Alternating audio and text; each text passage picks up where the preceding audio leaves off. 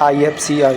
The company's financial activation cover various kind of projects such as airports. अब English में पढ़ के सुनाने का कोई मतलब नहीं है क्योंकि समझ में नहीं आएगा, तो हम सीधे सीधे बात करते हैं कि जो IFCI कंपनी है वो आपकी जो एयरपोर्ट्स हो गए, रोड हो गए, टेलीकॉम पावर सेक्टर हो गया, रियल एस्टेट हो गया, मैन्युफैक्चरिंग सेक्टर हो गया, सर्विस सेक्टर हो गया एंड अदर एलाइड इंडस्ट्रीज़ हो गया, फाइनेंस्ड मेगा प्रोजेक्ट लाइक जैसे कि अडानी मुंडा पोर्ट है हो गया, GMR गोवा इंटरनेशनल एयरपोर्ट हो गया, सालासर हाईवे हो गया, NRSS ट्रांसमिशन हो गया और रायचूर पावर कॉरपोरेशन हो गया। इन जैसे बड़ी बड़ी प्रोजेक्ट जो होते हैं इनको जो है कंपनी लोन प्रोवाइड कराती है। फाइनेंस से मतलब समझ ही गए होंगे आप।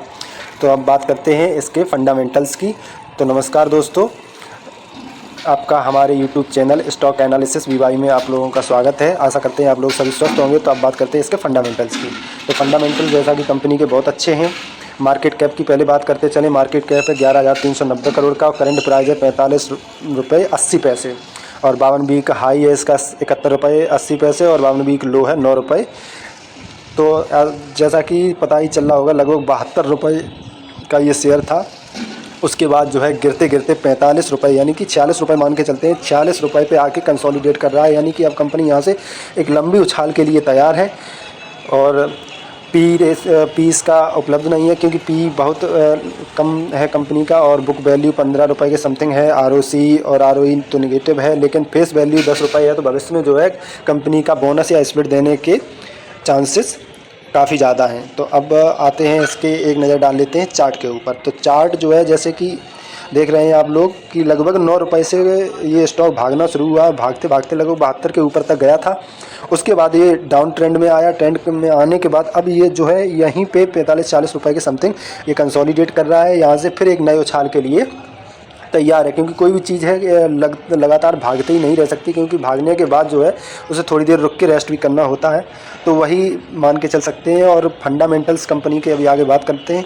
पहले एक नज़र डाल लेते हैं इसके सेक्टर में कॉम्पिटिटर्स के ऊपर। तो कॉम्पिटिटर इसमें नंबर 1 पे तो है IRFC, इसका जो लीडर सेक्टर का लीडर है। नंबर 2 पे power finance corporation, Indian renewable आया, इरेडा जो है आया। टॉप 5 में इस कंपनी का स्थान है। और अगर शेयर के रेट की बात करें तो अब पढ़ के क्या सुनाना, आप लोग तो सब देख ही रहे हैं कि 148, 415 और उसके बाद जो टॉप 5 में है और 45 रुपये का 45 रुपये पर यह शेयर ट्रेड कर रहा है।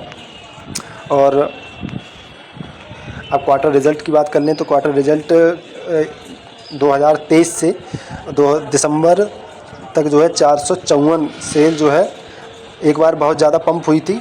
उसके बाद 320 का आंकड़ा अगर देखा जाए तो 454 करोड़ की जो है सेल कम नहीं है। तो सेल भी इसकी लगभग देखा जाए पिछले क्वार्टर में 274 के हिसाब से तो काफ़ी ज़्यादा बढ़ी है और बढ़ने के चांसेस आगे बहुत ज़्यादा हैं। जो आगे से बढ़ने के चांसेस हैं उस पर नज़र डालेंगे। तो अब बात करते हैं इसके बैलेंस शीट पे। मेन चीज़ होती है किसी भी कंपनी की बैलेंस शीट। तो बैलेंस शीट में मेन टॉपिक आपको पढ़ के बता रहा हूँ क्योंकि ये 2022 में जाके इसके पास अब रिजर्व पे नज़र अगर डाली जाए एक तो रिजर्व 2022 में इसके बिल्कुल ख़त्म ही हो गए थे। 715 करोड़ के रिजर्व बचे थे और धीरे धीरे वही रिजर्व बढ़ते हुए नज़र आ रहे हैं। और अगर कर्जे की बात करी जाए तो देखते हैं कर्जा इस कंपनी के ऊपर कितना है।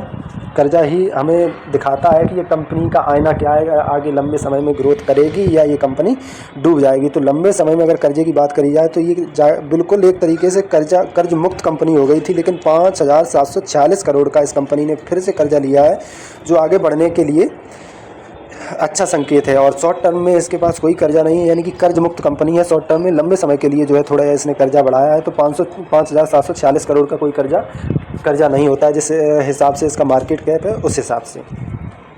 तो अब बोरोइंग देख लिया। तो बोरोइंग के बाद अब नज़र डाल लेते हैं इसके प्रमोटर से। मेन एनालिसिस जो है फंडामेंटल्स नज़र आते हैं वो प्रमोटर से ही नज़र आते हैं, क्योंकि प्रमोटर का खेल छोटी कंपनियों में बहुत ज़्यादा पंप एंड डंप का होता है। तो प्रमोटर पर नज़र डालना बहुत ज़रूरी होता है। वही संकेत देता है कि इस कंपनी में इन्वेस्ट करना चाहिए कि नहीं करना चाहिए। तो प्रमोटर देखा जाए तो 70.32% प्रमोटर हैं, यानी प्रमोटर बहुत अच्छी हालत में यहाँ उपलब्ध है। 64 से बढ़ते बढ़ते 70% तक प्रमोटर पहुँच चुके हैं। और अगर FIs की बात करी जाए तो FIs की होल्डिंग भी ज़बरदस्त है, यानी FIs ने 1.5% से अपनी हिस्सेदारी बढ़ाना शुरू करी थी और 2% से ज़्यादा FIs की हिस्सेदारी है। और DIs की हिस्सेदारी भी 10 का 10 बनी हुई है, यानी कि इन्हें बहुत बड़ा कुछ होने का अंदेश है। और गवर्नमेंट सेक्टर की जो हिस्सेदारी बिल्कुल ख़त्म हो गई थी ये 2022 के क्वार्टर्स में, और वही हिस्सेदारी गवर्नमेंट की हिस्सेदारी लगातार बढ़ते बढ़ते 4% से ऊपर गवर्नमेंट की हिस्सेदारी हो चुकी है। और इसमें एक समय पे जनता की जो हिस्सेदारी थी लगभग 25-26% तक हिस्सेदारी थी, जो 26% की हिस्सेदारी सिमटकर अब 21% पे आ गई है।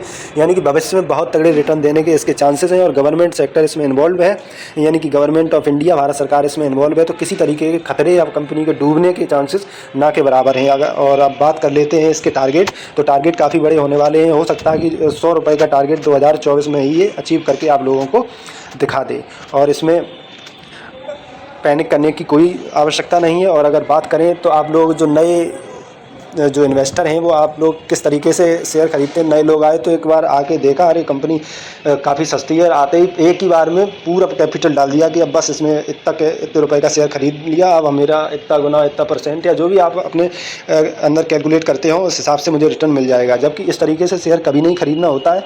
आपको जिस कंपनी का शेयर जो भी अच्छा लगे हमेशा 2 से 3 बार में ही खरीदें। अगर 3 बार पेशेंस करना कठिन होता है तो आप हमेशा ही ये एक गांठ बांध लीजिए कि 2 बार से कम में तो शेयर खरीदना ही नहीं है। अगर आपको लग रहा है कि अभी इस समय शेयर बहुत गिरा हुआ है तो लगभग आप 60% कैपिटल से उस समय शेयर खरीदिए, और बचा हुआ 40% कैपिटल अगर वो बढ़ रहा है, अप ट्रेंड में जा रहा है तब डालिए, या फिर डाउन ट्रेंड में और आपको लग रहा है कि गिर रहा है तब डालिए। एक ही बार में 100% कैपिटल से शेयर खरीदना बहुत ही गलत है। मैं इसकी कभी राय नहीं दूंगा कि आप एक ही बार में 100% कैपिटल से शेयर खरीद लीजिए। अगर आपको भविष्य में अच्छा पैसा कमाना है तो उसके लिए ये मूल मंत्र हमेशा याद रखिए कि एक ही बार में पूरा कैपिटल नहीं डालना है, पूरे कैपिटल के शेयर नहीं खरीदने। तो 2 बार में ही आप शेयर खरीदिए। जैसे आज अगर आपको मान लो सपोज दैट 100 शेयर खरीदने तो आज 60 शेयर खरीदिए। उसके बाद आपको लग रहा है कि मार्केट हमेशा एक ही ट्रेंड में थोड़ी चलता है, आज चल रहा है उससे ज़रूर आगे चल के मार्केट थोड़ा गिरेगा, तो उस डिप में खरीदारी करिए ना, आपको अगर अच्छा शेयर लगता है तो। बाकी वीडियो काफ़ी बड़ा हो गया है।